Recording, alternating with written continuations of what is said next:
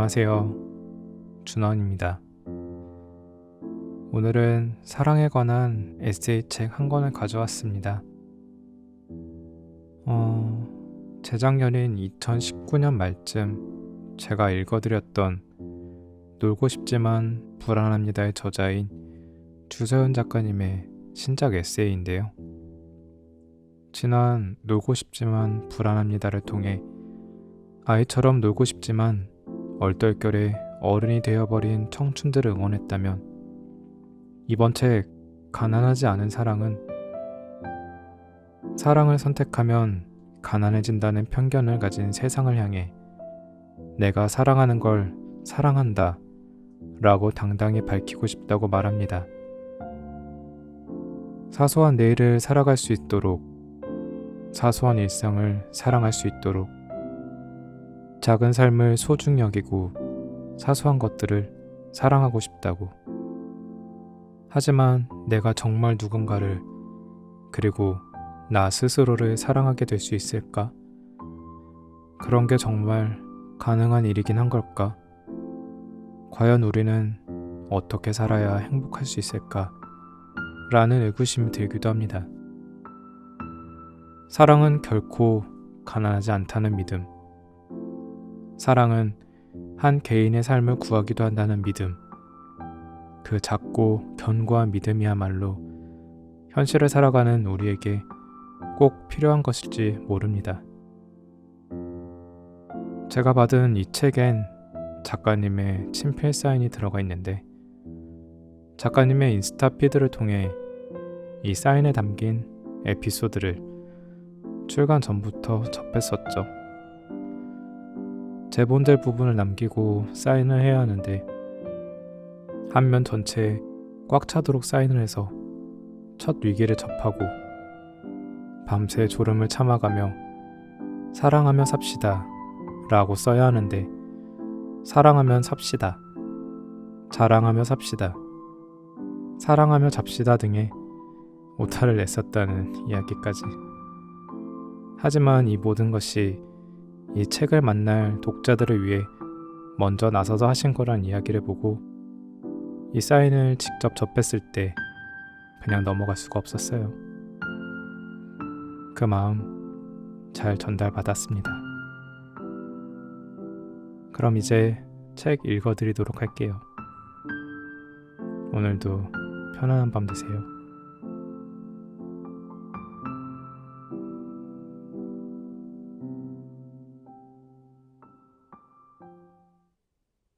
먼지 같은 열등감. 집에서 청소를 한 적이 있다. 먼지는 소파, 냉장고, 침대 밑에 많았다. 이 많은 먼지는 다 어디서 오는 걸까? 먼지가 유독 구석에 많은 이유는 무엇일까? 잘난 구석 없는 사람이 못난 구석까지 많아지면 정말 괴롭다. 나는 열등감 때문에 나를 사랑할 수 없었다. 내가 괴물로 자라는 건 아닐까? 못난 어른으로 자라 죽을 때까지 못난 상태일까봐 걱정이었다. 내 방으로 돌아와 침대 밑을 닦았다. 역시나 보이지 않는 먼지가 가득 쌓여 있었다. 먼지를 닦으며 먼지처럼 쓸모없는 게 또 있을까? 라는 생각을 했다. 세상에는 먼지처럼 쓸모없는 게 많았고 나에겐 열등감이 그랬다. 책 미움받을 용기 내용의 일부이다. 아들러는 우월성 추구도 열등감도 병이 아니라 건강하고 정상적인 노력과 성장을 하기 위한 자극이다 라고 말했네. 열등감도 제대로만 발현하면 노력과 성장의 촉진제가 되는 거지. 허리를 굽히고 팔을 뻗어 마지막 남은 먼지까지 깔끔하게 닦았다. 먼지는 구석에 조용히 있었으나 어떤 움직임 때문에 말끔히 제거됐다. 어쩌면 먼지의 존재 이유는 사람을 움직이게 하기 위해서였을까? 먼지가 없었다면 청소를 하지도 않았을 테니 말이다. 열등감은 먼지 같다. 열등감은 나를 사랑할 순 없게 해도 나를 움직이게는 했다. 열등감 때문에 부지런할 수 있었고 그것만으로도 나를 사랑할 이유는 어느 정도는 성립됐다. 몸을 일으켜 이마에 맺힌 땀을 닦았다. 청소를 하면 땀과 함께 잡생각이 사라졌다. 땀의 역할은 몸에 열을 배출해 줄 뿐만 아니라 생각까지 배출해 주는 걸지도 모른다. 배출된 나쁜 생각은 사랑으로 다시 채워야겠다.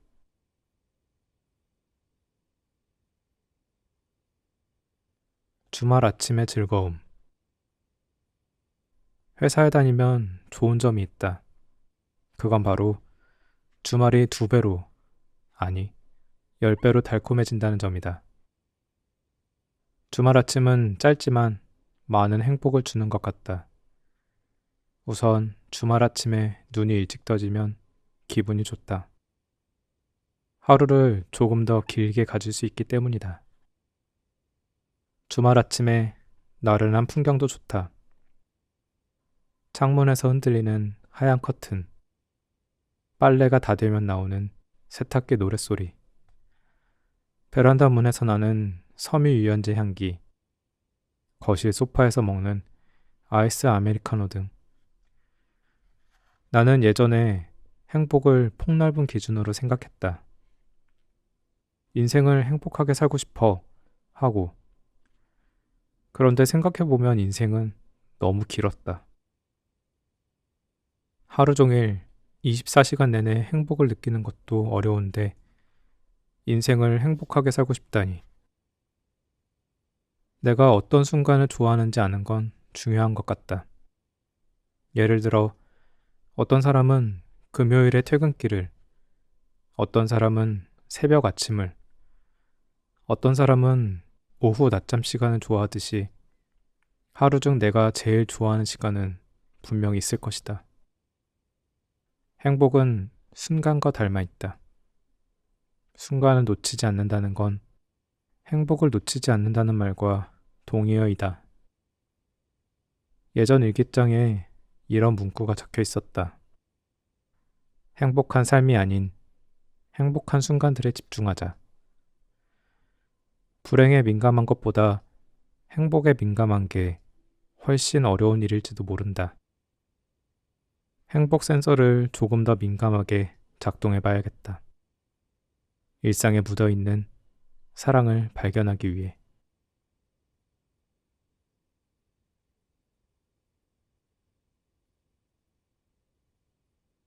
외로움에 대하여. 혼자 맥도날드에 왔다.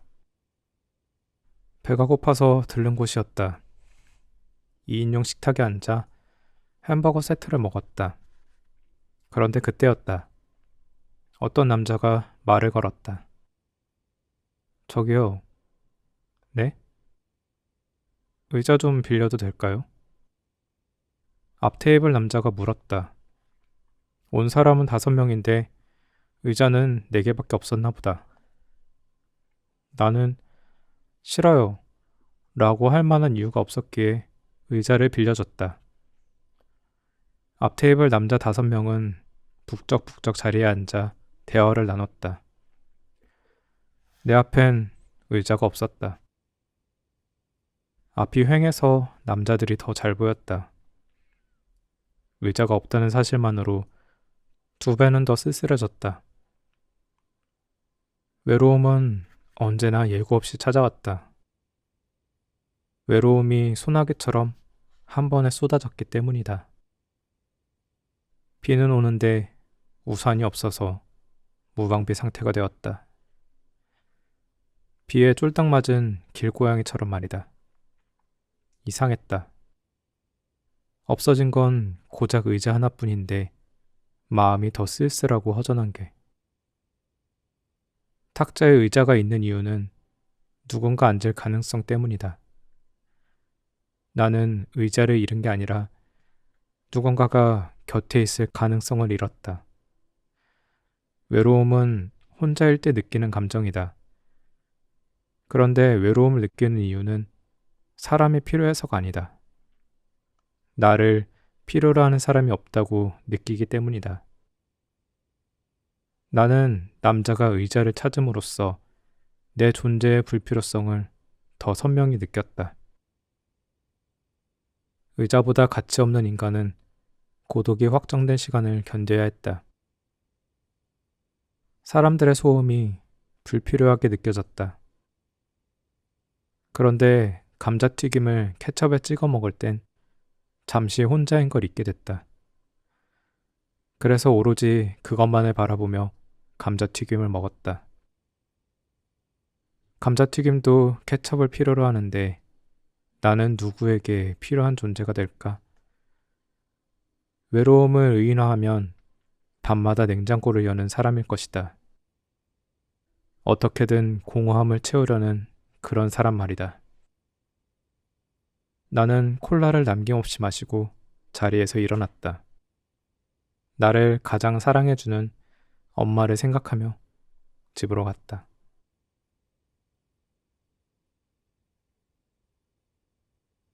작은 이별 연습. 초등학교 1학년 한 남자아이와 짝꿍이 됐다. 그 애는 사슴을 닮았으므로 사슴이라 부르겠다. 사슴은 장난기와 애정이 많은 아이였다. 장난기는 뭐 초등학생이면 누구나 있을지도 모르겠다. 그러나 사슴의 애정 표현은 가끔 도가 지나칠 정도였다. 그 아이는 내 볼에 뽀뽀를 너무 자주 했고 사랑이 뭔지도 모르면서 틈만 나면 사랑한다고 했다. 그러던 어느 날이었다.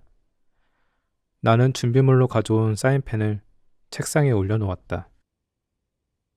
말했지만 사슴은 애정뿐만 아니라 장난기도 많은 아이였다. 사슴은 사인펜을 보며 말했다. 와, 색깔 엄청 많다. 이걸로 그림 그릴래? 나는 그림 그리는 걸 좋아했기에 사슴의 제안을 흔쾌히 받아들였다. 상식적인 제안이었기에 거절할 이유도 없었다. 하지만 사슴은 장난기가 많은 아이였다. 내가 간과한 건 그 부분이었다. 뭐 그릴까?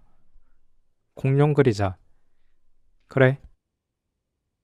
사슴은 사인펜을 들고 앞에 앉은 아이의 등에 그림을 그리기 시작했다. 그 아이의 옷은 하얀색이었고 초등학교 1학년의 눈에는 그게 하얀 도화지처럼 보일 수도 있겠다. 앞에 앉은 아이는 사슴이 그림을 그리자 뭐 하냐고 물어보았다. 그러자 사슴은 당당하게 나 공룡 그려 라고 말했다. 그러자 아이들이 하나둘씩 몰려들었다. 그런데 그때였다. 너 지금 뭐하니? 담임 선생님이 의아한 목소리로 아이들에게 말했다. 그러자 아이들은 도망가며 재빨리 자리에 앉았고 사슴도 사인펜을 황급히 집어넣었다. 에? 이게 다 뭐야? 선생님은 사슴이 그린 그림을 보고 기겁했다.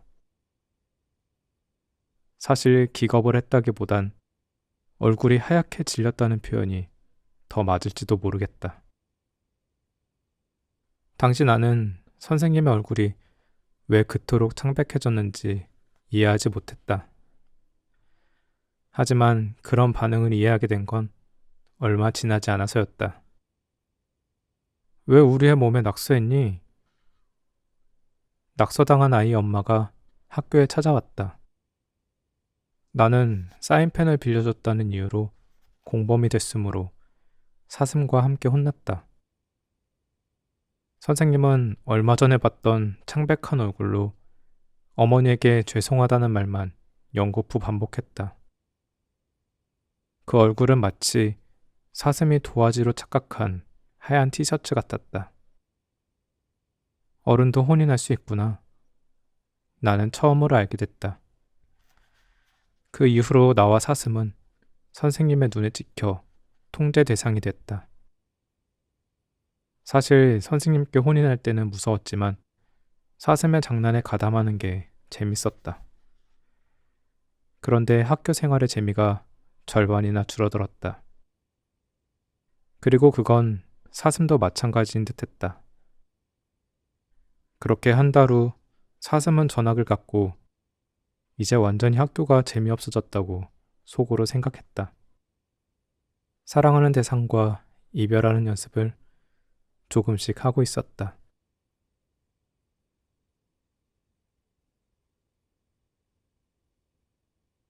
꿈, 벽, 문. 한여름 학원 근처 고시원에 방을 얻었다. 처음으로 자취를 해보았는데 하필 고시원인 건 조금 슬펐지만 그래도 나름 낭만이 있다고 생각했다. 하지만 그 낭만은 딱 3일 유효했다. 낭만의 유통기한이 3일이라니. 열악하고 쾌적하지 않은 환경에서 생활 밀착적 고생을 겪었다. 가수 김유나의 꿈이라는 노래를 들었다. 때로 너의 꿈은 가장 무서운 거울이라 초라한 널 건조하게 비추지. 초라한 현실을 피하려고 꿈을 꿨지만 꿈을 이루려면 더 초라한 현실을 극복해야 했다. 고시원에 누우면 네모난 상자 안에 꼼짝없이 갇힌 기분이었다. 현실이라는 두꺼운 벽으로 둘러싼 거대한 상자 안에 난공불락의 요새 같았다. 이대로 죽어도 아무도 눈치채지 못할 거야. 작게 중얼거리며 눈을 감고 뒤척였다. 눈을 떠도 밤이고 눈을 감아도 밤이었다. 내일은 그래도 해 뜰 때 일어나야지. 나도 남들처럼 해 뜰 날 보아야지. 불면증 환자의 목표는 너무나도 소박했다. 그러던 어느 날 엄마와 고시원 근처에서 밥을 먹고 미용실에서 머리를 잘랐다. 미용실 아주머니가 물어보았다. 이 동네 주민이세요? 처음 보는데. 학원에 다니느라 고시원에 산다고 했다. 조금 숨고 싶었다. 어머, 고시원? 힘들겠다. 거기 한 달에 얼마씩 내요? 조금 슬픈 목소리로 금액을 이야기했다. 어이구, 비싸게 받아먹네. 딸, 우리 아들 방에 들어올래? 이건 무슨 말인가 싶었다. 아들 방을요? 우리 아들이 3개월 후에 제대하거든. 지금은 군대에 있어. 빈 방이 하나 있는데 제대하면 우리 아들이 쓸 거야. 위치가 어딘데요? 저기 땡땡대학교 알지? 거기 근처야. 나는 너무 깜짝 놀랐다. 놀란 포인트는 다음과 같았다. 1. 웹툰 과정이 딱 3개월 남았었다. 3개월 후면 원래 집으로 돌아갈 예정이었다. 2. 학원은 아주머니가 말한 땡땡 대학교 근처에 있었다. 그 순간 오래전 일이 떠올랐다. 어느 날 귀뚜라미가 집에 들어온 적이 있다. 그때 나는 귀뚜라미를 종이컵에 가두었다. 종이컵에서는 탁탁 하고 소리가 났다. 귀뚜라미가 뛰어올라 종이컵에 부딪힌 소리였다. 종이컵은 살짝 덜컹거렸으나 귀뚜라미가 튀어나올 정도는 아니었다. 귀뚜라미는 계속해서 탈출을 시도했다. 그러나 종이컵에선 또다시 탁탁 소리가 났다. 소리가 반복되자 처음에는 무서웠지만 나중에는 어떤 연민이 들었다. 단순히 귀뚜라미가 불쌍하다는 의미가 아니었다. 어차피 안 될 텐데. 되지도 않는 일에 최선을 다하는 게 꼭 내 모습 같았다. 미안해, 귀뚜라미야. 하지만 종이컵을 떼면 멋대로 튀어나올 거잖아. 귀뚜라미는 바보야, 바보. 나는 그날 귀뚜라미가 너무 불쌍해서 투명한 비닐봉지를 가져왔다. 그리고 종이컵을 살짝 들어서 귀뚜라미를 비닐봉지 안에 집어넣었다. 귀뚜라미에게 말했다. 옳지, 착하다. 그날 나는 창문을 열고 귀뚜라미를 풀어주었다. 어쩌면 불쌍해 보이는 게 꼭 나쁜 건 아닐지도 모른다고 생각하며 엄마와 나는 앞뒤 잴 것도 없이 미용실 아주머니가 말한 집으로 한달음에 달려갔다. 월세는 고시원이랑 똑같았고 보증금은 받지 않는 조건에 환경은 더 좋았다. 신이 도운 것 같은 타이밍이었다. 내게 현실은 깰 수 없는 두꺼운 벽이었다. 그러나 떠올려 보면 문은 언제나 벽에 있었다. 모든 벽에 문이 있는 건 아니지만 문은 반드시 벽에 존재했다. 벽을 만났다는 건 문을 만난 걸지도 모른다. 한계에 봉착했다는 말은 한 단계 더 발전할 기회와 동일한 의미일지도 모른다. 나는 문을 열고 또 다른 세상으로 탈출했다. 크고 작은 사랑과 도움 속에 꿈을 꿀 수 있었다.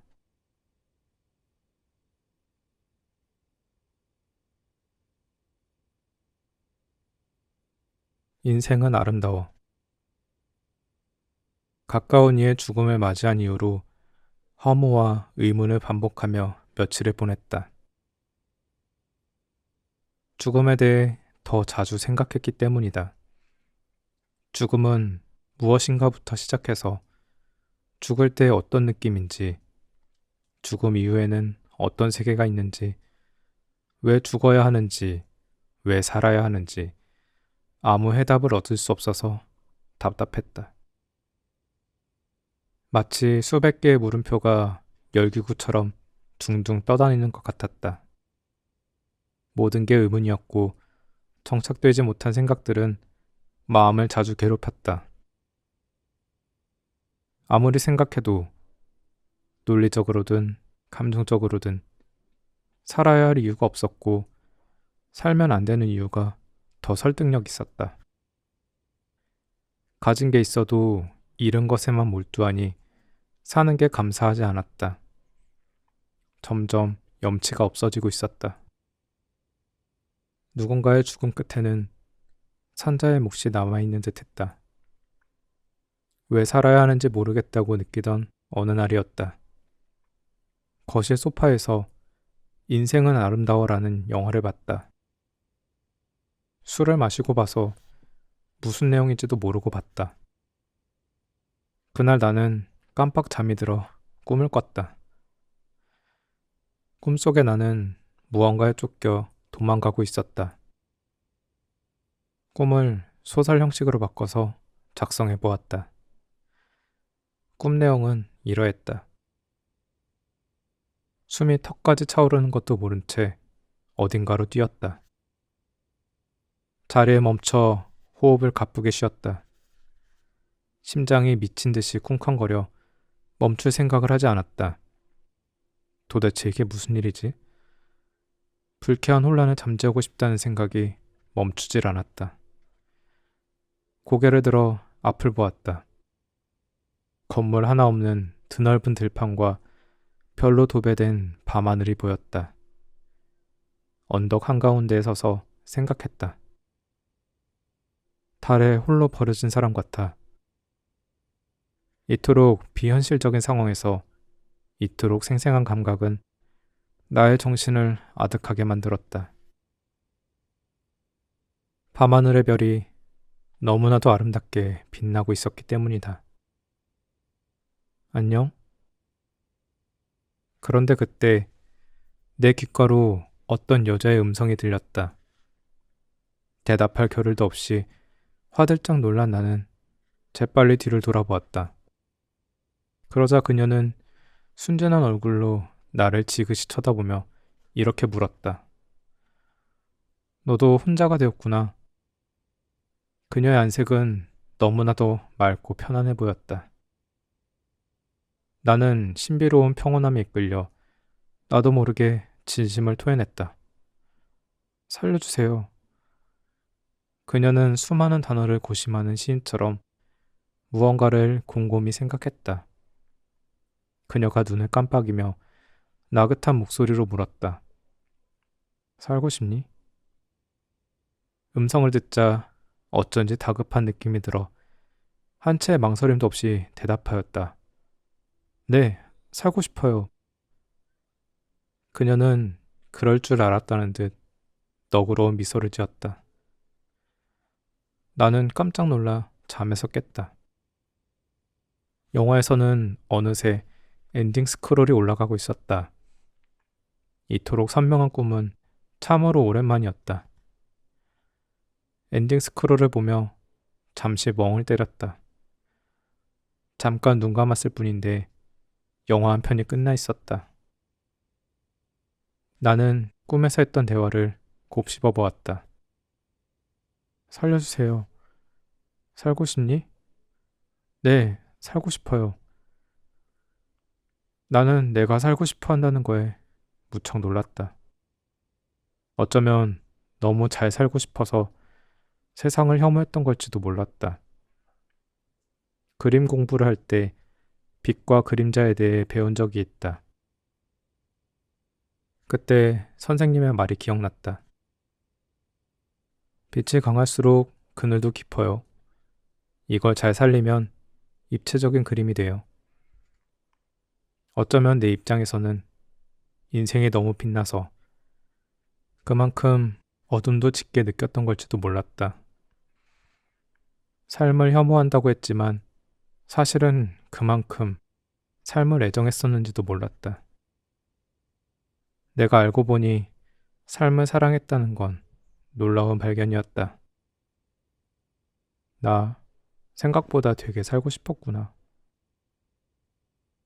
나는 행복한 기억은 깡그리 무시하고 불행했던 기억만 핑킹 가위로 오려 붙였다.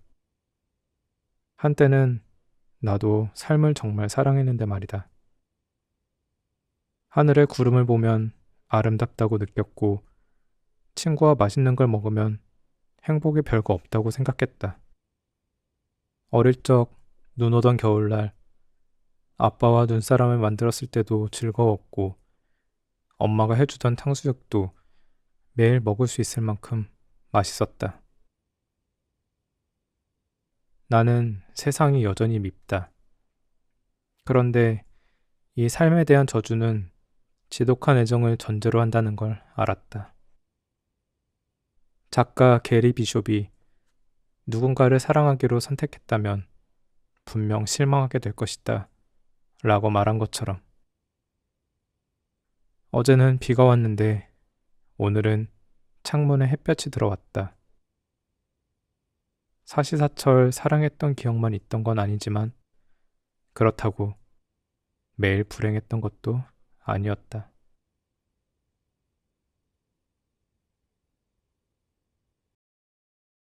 먼지 같은 열등감. 집에서 청소를 한 적이 있다. 먼지는 소파, 냉장고, 침대 밑에 많았다. 이 많은 먼지는 다 어디서 오는 걸까? 먼지가 유독 구석에 많은 이유는 무엇일까? 잘난 구석 없는 사람이 못난 구석까지 많아지면 정말 괴롭다.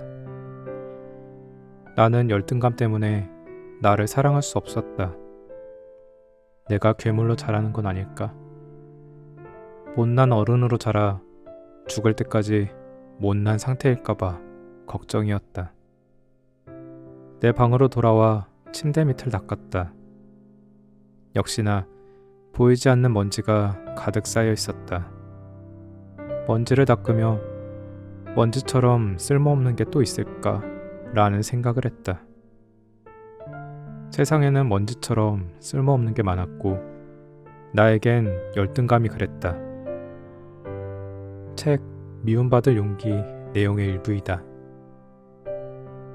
아들러는 우월성 추구도 열등감도 병이 아니라 건강하고 정상적인 노력과 성장을 하기 위한 자극이다 라고 말했네. 열등감도 제대로만 발현하면 노력과 성장의 촉진제가 되는 거지. 허리를 굽히고 팔을 뻗어 마지막 남은 먼지까지 깔끔하게 닦았다. 먼지는 구석에 조용히 있었으나 어떤 움직임 때문에 말끔히 제거됐다. 어쩌면 먼지의 존재 이유는 사람을 움직이게 하기 위해서였을까? 먼지가 없었다면 청소를 하지도 않았을 테니 말이다. 열등감은 먼지 같다. 열등감은 나를 사랑할 순 없게 해도 나를 움직이게는 했다.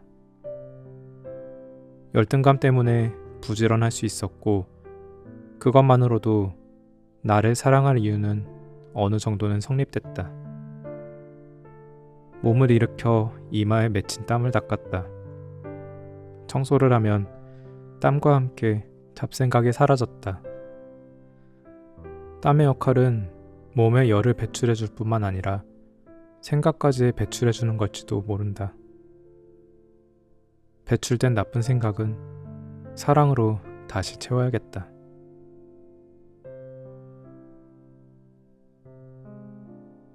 주말 아침의 즐거움. 회사에 다니면 좋은 점이 있다.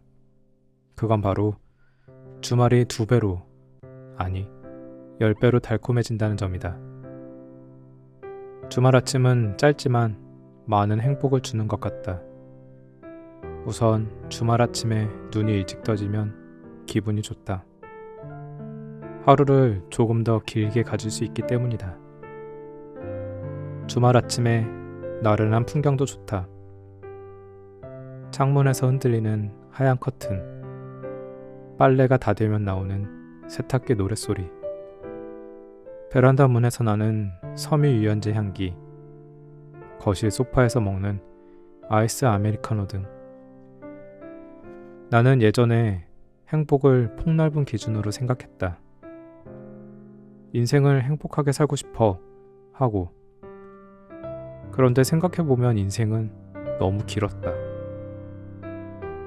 하루 종일 24시간 내내 행복을 느끼는 것도 어려운데 인생을 행복하게 살고 싶다니. 내가 어떤 순간을 좋아하는지 아는 건 중요한 것 같다. 예를 들어 어떤 사람은 금요일의 퇴근길을, 어떤 사람은 새벽 아침을, 어떤 사람은 오후 낮잠 시간을 좋아하듯이 하루 중 내가 제일 좋아하는 시간은 분명히 있을 것이다. 행복은 순간과 닮아 있다.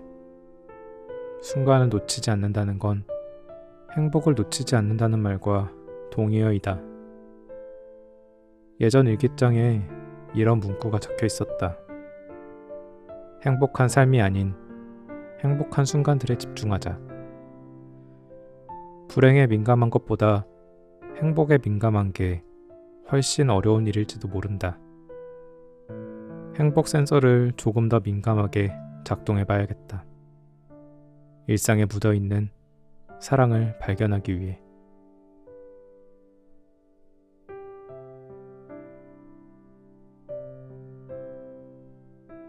외로움에 대하여. 혼자 맥도날드에 왔다. 배가 고파서 들른 곳이었다. 2인용 식탁에 앉아 햄버거 세트를 먹었다. 그런데 그때였다. 어떤 남자가 말을 걸었다. 저기요. 네? 의자 좀 빌려도 될까요? 앞 테이블 남자가 물었다. 온 사람은 5명인데 의자는 4개밖에 없었나 보다. 나는 싫어요 라고 할 만한 이유가 없었기에 의자를 빌려줬다. 앞 테이블 남자 5명은 북적북적 자리에 앉아 대화를 나눴다. 내 앞엔 의자가 없었다. 앞이 휑해서 남자들이 더 잘 보였다. 의자가 없다는 사실만으로 2배는 더 쓸쓸해졌다. 외로움은 언제나 예고 없이 찾아왔다. 외로움이 소나기처럼 한 번에 쏟아졌기 때문이다. 비는 오는데 우산이 없어서 무방비 상태가 되었다. 비에 쫄딱 맞은 길고양이처럼 말이다. 이상했다. 없어진 건 고작 의자 하나뿐인데 마음이 더 쓸쓸하고 허전한 게. 탁자에 의자가 있는 이유는 누군가 앉을 가능성 때문이다. 나는 의자를 잃은 게 아니라 누군가가 곁에 있을 가능성을 잃었다. 외로움은 혼자일 때 느끼는 감정이다. 그런데 외로움을 느끼는 이유는 사람이 필요해서가 아니다. 나를 필요로 하는 사람이 없다고 느끼기 때문이다. 나는 남자가 의자를 찾음으로써 내 존재의 불필요성을 더 선명히 느꼈다. 의자보다 가치 없는 인간은 고독이 확정된 시간을 견뎌야 했다. 사람들의 소음이 불필요하게 느껴졌다. 그런데 감자튀김을 케첩에 찍어 먹을 땐 잠시 혼자인 걸 잊게 됐다. 그래서 오로지 그것만을 바라보며 감자튀김을 먹었다. 감자튀김도 케첩을 필요로 하는데 나는 누구에게 필요한 존재가 될까? 외로움을 의인화하면 밤마다 냉장고를 여는 사람일 것이다. 어떻게든 공허함을 채우려는 그런 사람 말이다. 나는 콜라를 남김없이 마시고 자리에서 일어났다. 나를 가장 사랑해주는 엄마를 생각하며 집으로 갔다.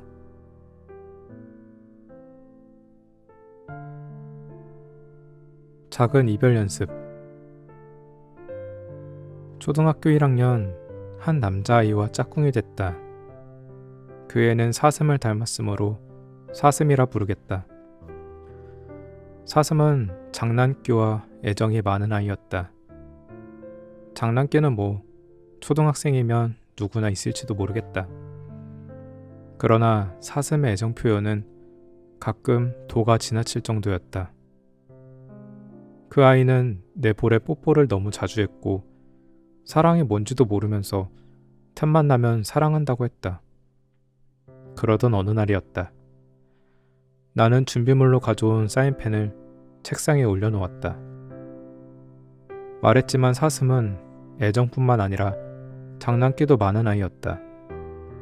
사슴은 사인펜을 보며 말했다. 우와, 색깔 엄청 많다. 이걸로 그림 그릴래? 나는 그림 그리는 걸 좋아했기에 사슴의 제안을 흔쾌히 받아들였다. 상식적인 제안이었기에 거절할 이유도 없었다. 하지만 사슴은 장난기가 많은 아이였다. 내가 간과한 건 그 부분이었다.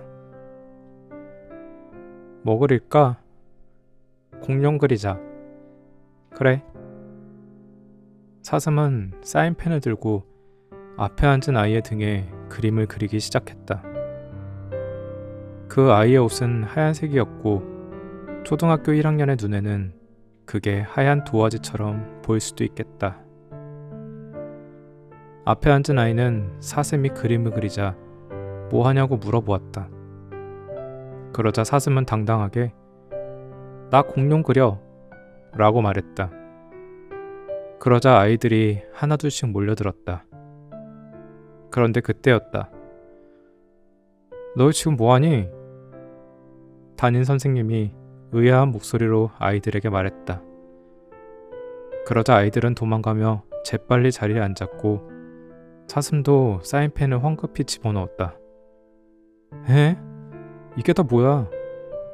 선생님은 사슴이 그린 그림을 보고 기겁했다. 사실 기겁을 했다기보단 얼굴이 하얗게 질렸다는 표현이 더 맞을지도 모르겠다. 당시 나는 선생님의 얼굴이 왜 그토록 창백해졌는지 이해하지 못했다. 하지만 그런 반응을 이해하게 된 건 얼마 지나지 않아서였다. 왜 우리의 몸에 낙서했니? 낙서당한 아이의 엄마가 학교에 찾아왔다. 나는 사인펜을 빌려줬다는 이유로 공범이 됐으므로 사슴과 함께 혼났다. 선생님은 얼마 전에 봤던 창백한 얼굴로 어머니에게 죄송하다는 말만 연거푸 반복했다. 그 얼굴은 마치 사슴이 도화지로 착각한 하얀 티셔츠 같았다. 어른도 혼이 날 수 있구나. 나는 처음으로 알게 됐다. 그 이후로 나와 사슴은 선생님의 눈에 찍혀 통제 대상이 됐다. 사실 선생님께 혼이 날 때는 무서웠지만 사슴의 장난에 가담하는 게 재밌었다. 그런데 학교 생활의 재미가 절반이나 줄어들었다. 그리고 그건 사슴도 마찬가지인 듯했다. 그렇게 한 달 후 사슴은 전학을 갔고 이제 완전히 학교가 재미없어졌다고 속으로 생각했다. 사랑하는 대상과 이별하는 연습을 조금씩 하고 있었다.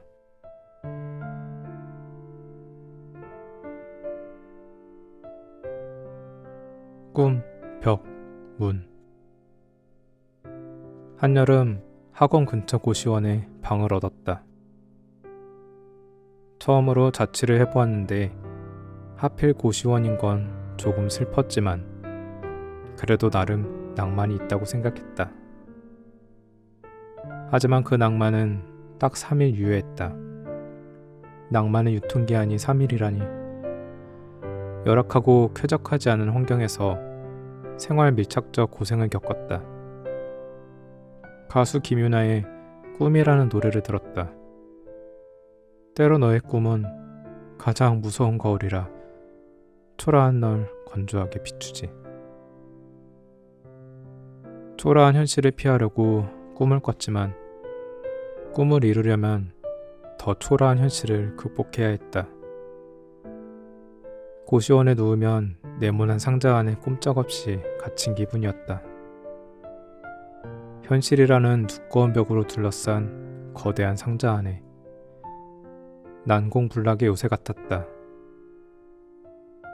이대로 죽어도 아무도 눈치채지 못할 거야. 작게 중얼거리며 눈을 감고 뒤척였다. 눈을 떠도 밤이고 눈을 감아도 밤이었다. 내일은 그래도 해 뜰 때 일어나야지. 나도 남들처럼 해 뜰 날 보아야지. 불면증 환자의 목표는 너무나도 소박했다. 그러던 어느 날 엄마와 고시원 근처에서 밥을 먹고 미용실에서 머리를 잘랐다. 미용실 아주머니가 물어보았다. 이 동네 주민이세요? 처음 보는데. 학원에 다니느라 고시원에 산다고 했다. 조금 숨고 싶었다. 어머, 고시원? 힘들겠다. 거기 한 달에 얼마씩 내요? 조금 슬픈 목소리로 금액을 이야기했다. 어이구, 비싸게 받아먹네. 딸, 우리 아들 방에 들어올래? 이건 무슨 말인가 싶었다. 아들 방을요? 우리 아들이 3개월 후에 제대하거든. 지금은 군대에 있어.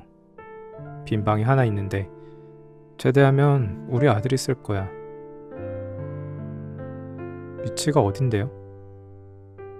저기 땡땡대학교 알지? 거기 근처야. 나는 너무 깜짝 놀랐다.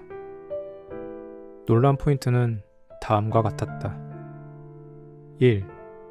웹툰 과정이 딱 3개월 남았었다. 3개월 후면 원래 집으로 돌아갈 예정이었다. 2. 학원은 아주머니가 말한 땡땡 대학교 근처에 있었다. 그 순간 오래전 일이 떠올랐다. 어느 날 귀뚜라미가 집에 들어온 적이 있다. 그때 나는 귀뚜라미를 종이컵에 가두었다. 종이컵에서는 탁탁 하고 소리가 났다. 귀뚜라미가 뛰어올라 종이컵에 부딪힌 소리였다. 종이컵은 살짝 덜컹거렸으나 귀뚜라미가 튀어나올 정도는 아니었다. 귀뚜라미는 계속해서 탈출을 시도했다. 그러나 종이컵에선 또다시 탁탁 소리가 났다. 소리가 반복되자 처음에는 무서웠지만 나중에는 어떤 연민이 들었다. 단순히 귀뚜라미가 불쌍하다는 의미가 아니었다. 어차피 안 될 텐데 되지도 않는 일에 최선을 다하는 게 꼭 내 모습 같았다. 미안해 귀뚜라미야.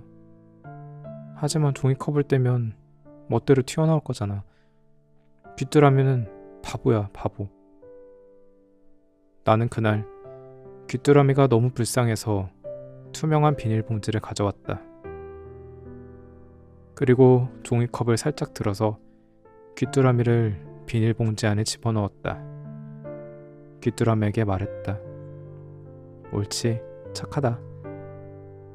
그날 나는 창문을 열고 귀뚜라미를 풀어주었다. 어쩌면 불쌍해 보이는 게 꼭 나쁜 건 아닐지도 모른다고 생각하며 엄마와 나는 앞뒤 잴 것도 없이 미용실 아주머니가 말한 집으로 한달음에 달려갔다. 월세는 고시원이랑 똑같았고 보증금은 받지 않는 조건에 환경은 더 좋았다. 신이 도운 것 같은 타이밍이었다. 내게 현실은 깰 수 없는 두꺼운 벽이었다. 그러나 떠올려보면 문은 언제나 벽에 있었다. 모든 벽에 문이 있는 건 아니지만 문은 반드시 벽에 존재했다. 벽을 만났다는 건 문을 만난 걸지도 모른다. 한계에 봉착했다는 말은 한 단계 더 발전할 기회와 동일한 의미일지도 모른다. 나는 문을 열고 또 다른 세상으로 탈출했다. 크고 작은 사랑과 도움 속에 꿈을 꿀 수 있었다.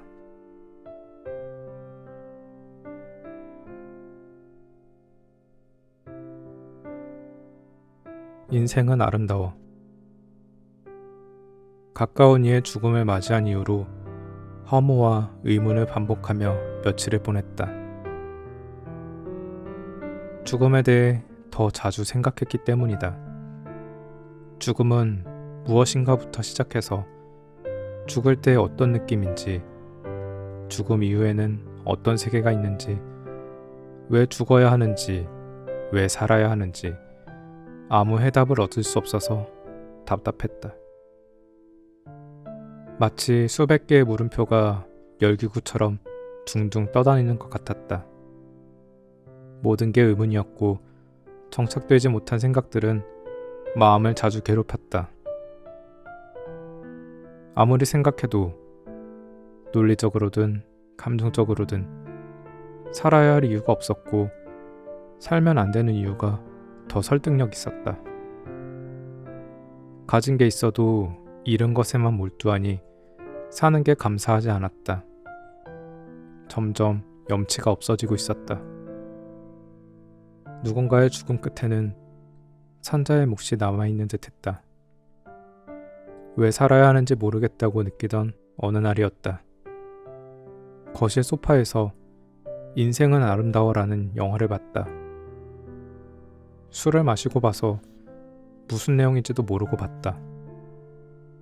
그날 나는 깜빡 잠이 들어 꿈을 꿨다. 꿈속에 나는 무언가에 쫓겨 도망가고 있었다. 꿈을 소설 형식으로 바꿔서 작성해 보았다. 꿈 내용은 이러했다. 숨이 턱까지 차오르는 것도 모른 채 어딘가로 뛰었다. 자리에 멈춰 호흡을 가쁘게 쉬었다. 심장이 미친 듯이 쿵쾅거려 멈출 생각을 하지 않았다. 도대체 이게 무슨 일이지? 불쾌한 혼란을 잠재우고 싶다는 생각이 멈추질 않았다. 고개를 들어 앞을 보았다. 건물 하나 없는 드넓은 들판과 별로 도배된 밤하늘이 보였다. 언덕 한가운데에 서서 생각했다. 달에 홀로 버려진 사람 같아. 이토록 비현실적인 상황에서 이토록 생생한 감각은 나의 정신을 아득하게 만들었다. 밤하늘의 별이 너무나도 아름답게 빛나고 있었기 때문이다. 안녕? 그런데 그때 내 귓가로 어떤 여자의 음성이 들렸다. 대답할 겨를도 없이 화들짝 놀란 나는 재빨리 뒤를 돌아보았다. 그러자 그녀는 순진한 얼굴로 나를 지그시 쳐다보며 이렇게 물었다. 너도 혼자가 되었구나. 그녀의 안색은 너무나도 맑고 편안해 보였다. 나는 신비로운 평온함에 이끌려 나도 모르게 진심을 토해냈다. 살려주세요.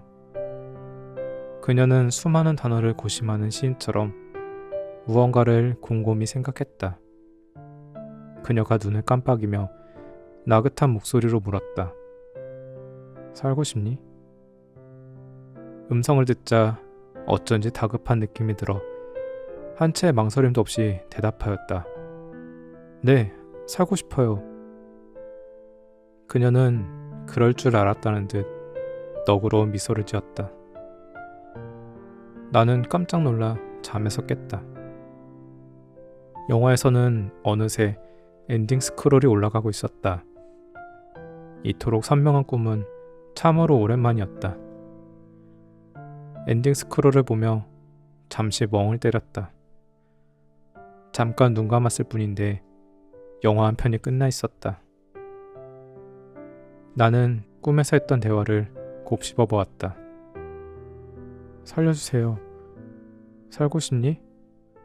네, 살고 싶어요. 나는 내가 살고 싶어 한다는 거에 무척 놀랐다. 어쩌면 너무 잘 살고 싶어서 세상을 혐오했던 걸지도 몰랐다. 그림 공부를 할 때 빛과 그림자에 대해 배운 적이 있다. 그때 선생님의 말이 기억났다. 빛이 강할수록 그늘도 깊어요. 이걸 잘 살리면 입체적인 그림이 돼요. 어쩌면 내 입장에서는 인생이 너무 빛나서 그만큼 어둠도 짙게 느꼈던 걸지도 몰랐다. 삶을 혐오한다고 했지만 사실은 그만큼 삶을 애정했었는지도 몰랐다.